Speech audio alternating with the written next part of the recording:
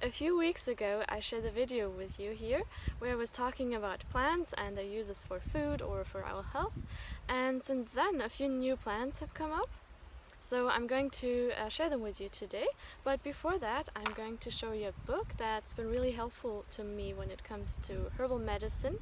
It's by an Austrian woman who was extremely knowledgeable when it comes to medicinal plants. Her name was Maria Treben, and the book is called Health Through God's Pharmacy. It's been translated into many languages. I have it here in German with me. As you can see, it's been used a lot in our family, and yeah, it's been really helpful to me, so I can absolutely recommend it to you when it comes to herbal medicine. And I really like the title of the book, Health Through God's Pharmacy, because I like to think of nature as this kind of God-given pharmacy where there's a remedy for all kinds of illnesses. And there might not be a cure for every illness there is, but I think for a lot more than we're actually aware of. So yeah, I'm going to share these plants with you today. They are very common throughout Europe at least, but some of them are also common throughout the whole world. This plant is called Mallow. It is entirely edible, and you can use the leaves as a substitute for spinach, for example.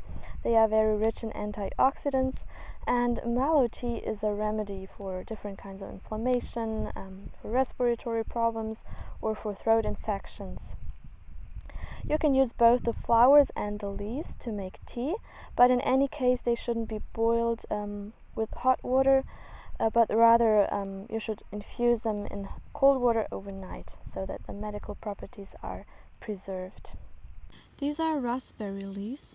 Raspberry and blackberry look very similar, but the easier way to differentiate between the two is to just turn the leaf, and if it's white from the inside, then it's raspberry. But either way, raspberry and blackberry are both beneficial for the health. So the health benefits of raspberry leaves are packed with iron, magnesium, potassium, vitamin C, E, and B, and they are rich in antioxidants.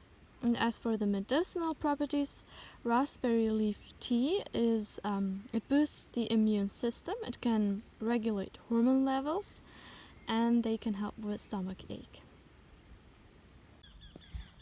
The plant with purple flowers is called Thyme. It's a very aromatic and tasty kitchen herb that is used in the Mediterranean kitchen. It's so aromatic that I can smell it from here. And you can make syrup out of it or tea, and thyme tea has several medical properties, like it alleviates cramps, it's good for treating asthma or cough, and it's beneficial for the nervous system. This is stinging nettle, and as you might guess from the name, it really does sting, so you'd better protect your hands with gloves while you collect it.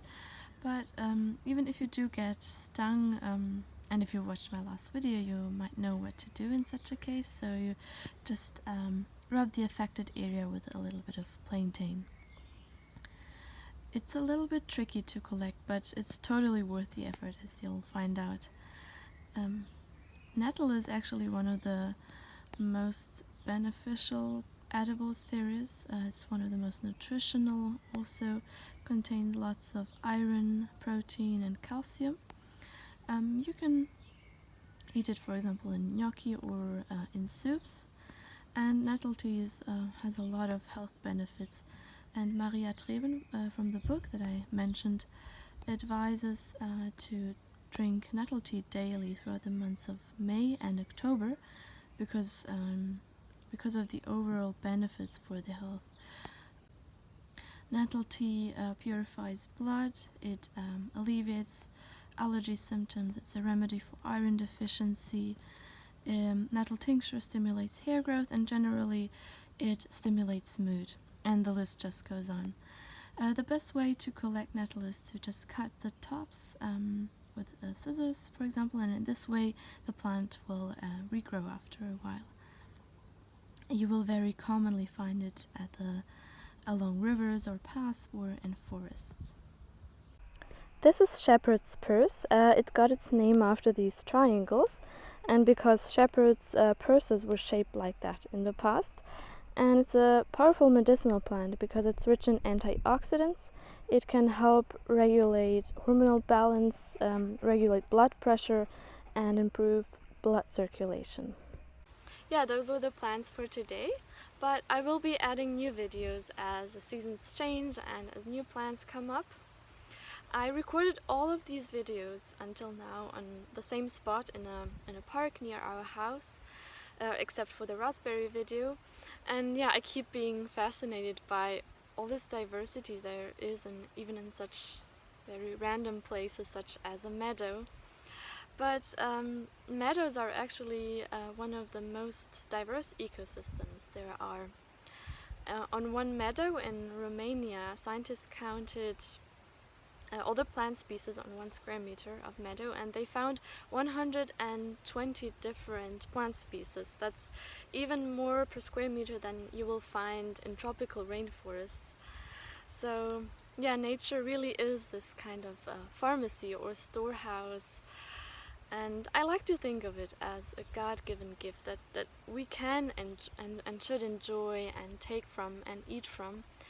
But we must always remember that we're not the only species on this planet. We share it with millions and millions of other species, and it's only with this diversity that we can live too. So let's preserve it, and one way to preserve this diversity is that when you do go out and collect plants for yourself, that you take only as much as you really need and leave the rest for other animals, insects and birds and so on. And it's good also to cut off just the tips of the plants so that they could regrow, so don't dig out the roots. Then if you have a garden or a lawn, make sure that it's not a monoculture, that you let other species live there too, and make it a diverse meadow, because insects and birds will benefit most from such diverse meadows or gardens. And also make sure you don't cut your lawn too often, because insects and birds need flowers and seeds and fruits too to survive. And yeah, lastly, just go out in nature, enjoy it, get to know all the different plants there are, and yeah, just enjoy all this abundance and diversity